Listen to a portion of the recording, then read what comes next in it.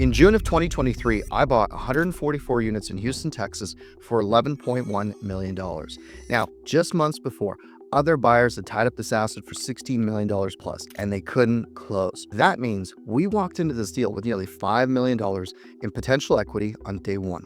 And here's the thing, we didn't just get lucky, we were prepared. So in this video, I'm going to walk you through exactly how we pulled this off, what we saw that other people missed, and most importantly, lessons you can take from it. If you haven't met me before, my name is Marcin Drozd. I'm the founder of M1 Real Capital. I've raised multiple 9 figures in private capital, and my team and I have done over $3 billion in deals.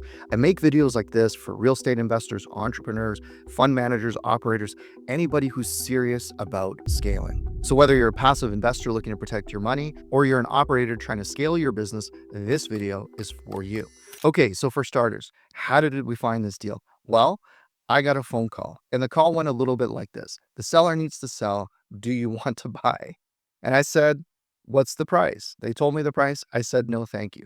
I kept getting a call back because the broker knew that if I said yes, I would be able to close. If you want to know the backstory around what gave the broker the confidence that we would be able to close, you need to look into a concept that I call your unfair advantage. And if you don't have that, we definitely need to have you build that out for yourself, because getting access to those deals starts well before the deals are ever around. Now, why did the seller choose to sell to us? So let's talk about that, how we even got this deal across the line. To give you guys some context, the seller accepted multiple offers north of 16 million, but none of the buyers could actually close. So they tied it up, they looked at it, but they didn't have all the money ready. So the deal eventually ended up unraveling. And here's something you need to understand. Deals, they don't go to the person with the highest offer. They go to the person who can actually close. That's the difference between wishing and winning.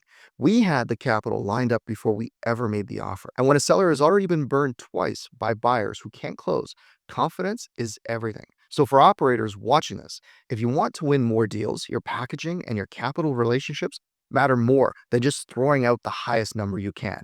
And for investors watching, this is why it matters who you invest with. You don't want your money in the hands of someone who hopes they can close, because that creates a ton of uncertainty. You want to be with someone who's ready when the opportunity shows up. Now, what I saw that other people miss. So we're going to talk about the property itself. A lot of investors think cheap means profitable, but cheap often hides expensive problems. Here's what I mean. When you walk a property, you have to know the difference between aesthetic problems and structural issues. Cosmetic issues are predictable. You can budget for paint, landscaping, furniture. Structural problems are largely unpredictable. Plumbing, foundation, mold, roofing. When you peel back walls, what are you going to find? A lot of these things can destroy your budget and turn a great deal into a nightmare. So let me give you a picture of what I saw when I walked this property. First of all, the gates were propped wide open on a busy road. So for me as a parent, that's a safety issue.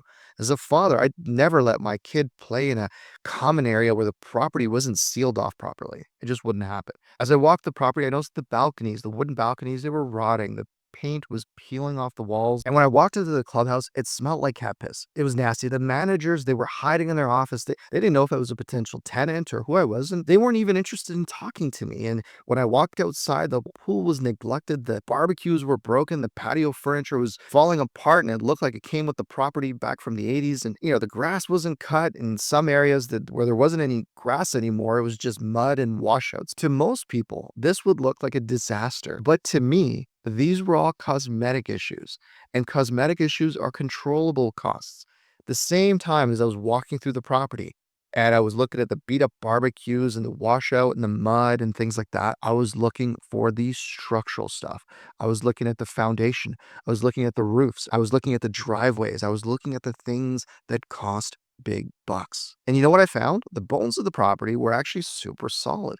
And that's the distinction most investors miss. See, cosmetic things are the things that people go, oh man, that looks nasty. But those are the easy things you can fix. Structural problems, those are the things that if you don't account for them, will sink you. Now, for LPs who are watching this video, this is how your money is de-risked. Buying into properties where the risks are fixable and managed. For operators who are watching, hopefully you don't get seduced by cheap.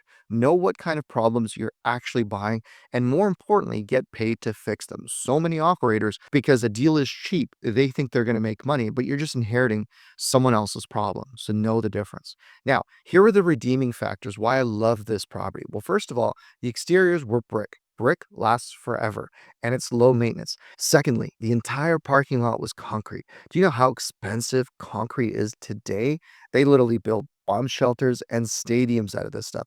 It would probably cost hundreds of thousands of dollars, if not a million plus, to replace the driveway. But this property already had it and the stuff lasts forever. Third, there's extra land with the parking. What I mean by that is there's way too much parking on the property, which means potential expansion upside. I can add storage. We can build additional apartments. The point is there's additional upside on the property. And the fourth thing I love about this property was the location. The property itself is actually in a solid part of Houston.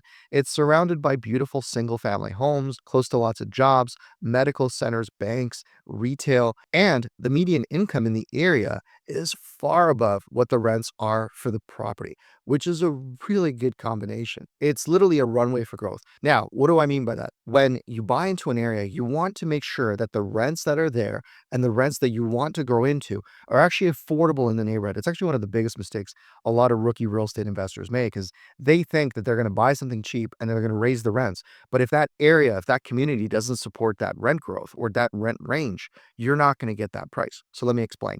The median income for that area was about $60,000 or $65,000, family median income. So a good rule of thumb in real estate to make sure your tenants aren't what's called red stressed financially is no more than 1/3 of their gross income should be spent on rent. Makes sense, right? So if you take $60,000 as the median income, you divide that by three, that's about $20,000. $20,000 divided by 12 was at about $1,800, give or take, per month. So in other words, that is the amount of rent somebody in that area could technically afford to live in that particular area. Cool. So the property, when we were looking at it, the rents for one bedrooms were 650, 700, and the two units were under $1,000. So no matter which way we looked at it, we had a lot of way to go to fix the property and keep the rents at market and still make a good profit. And again, all of these fundamentals matter because just because you can fix a property doesn't mean it will pay for itself for you to do it. Because you can fix paint, you can fix landscaping, but you can't fix a bad location. And that's why this deal made so much sense for me. So as an investor, whenever I look at a deal, I always ask myself, am I upgrading the neighborhood or am I just bringing this property back up to what this neighborhood already is? And for operators, look, it's not about finding perfect properties. It's about finding forgivable properties with fundamentals that actually carry the deal. So what did we actually do? We came in with a plan to fix the cosmetic issues. We repaired the gates, we rebuilt the balconies, we painted the property, cleaned up the landscaping, we renovated the clubhouse, we resurfaced the pool, we fixed the barbecue area. It looked like the property got a complete overhaul, and it did. But here's the thing, we didn't spend millions of dollars ripping apart plumbing or pouring new foundation. We focused on things that were visible, that tenants cared about and improved their lives. With that, we also ended up overhauling the management team. The staff that was there before, they didn't care. They were indifferent. And when management doesn't care, tenants feel it. So we replaced them with our own people, people who actually engage with tenants, people who care, people who keep the property clean, people who want to make this a place for families to live. And that repositioning was clear. We even had a ribbon cutting to announce the new property with the mayor that actually made the local paper because they were so happy with the positive impact we had in the community. So 2 years later, here's what happened. We just had the property reappraised for $17.9 million. That does two things. One, proof in the fact that we bought the property with value. And two, during a time when a lot of people are giving their keys back to the banks and they're defaulting on their properties. We actually not only managed to add value to a property, but we did what a lot of people aren't seeing right now is a cash out refinance. Now, if you're not familiar with that, what that means is we were able to buy something so well and had so much value that when we went back to the bank to refinance the property, we were actually able to pull a couple $1 million out of the property and give it back to our investors. So the cool thing is we still own the property. We have a lot less of our own money in the deal now, and we're still cash flowing to this day. If you're an investor, those are the kind of deals that you want to go after because if you can still own a property and get some or all of your money out, that's a great deal. As an operator, this is proof that hoping for the market to go up isn't the right strategy. It's about buying right, managing right, and executing the right plan. So there's really four big lessons here. Lesson one, be capital ready. Deals don't go to dreamers. They go to doers, people that have the capital ready to go. Lesson two, know the difference between cosmetic and structural issues. One you can control, the other one can literally bury you. Lesson three, location and income fundamentals matter more than paint and aesthetics. Look, if the local incomes don't support the rent growth, you're dead in the water. It doesn't matter. And lesson four, management makes or breaks deals. Tenants, they don't care how cheap you bought it. They care about whether it feels safe and livable. And if you're an operator, remember this, the seller didn't choose me because I had the highest offer.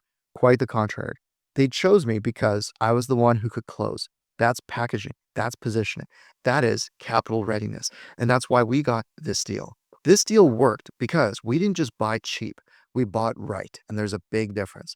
And the money was made on day one. And 2 years later, the appraisal confirmed it. So whether you're an accredited investor looking to place capital or you're an operator trying to raise it, the principles here are the same. Protect the downside, buy in the right areas, and be ready with capital before the opportunity shows up. So if you want to see how we spent the money on renovations and how much money that property makes us now, just click on the screen to see the next video.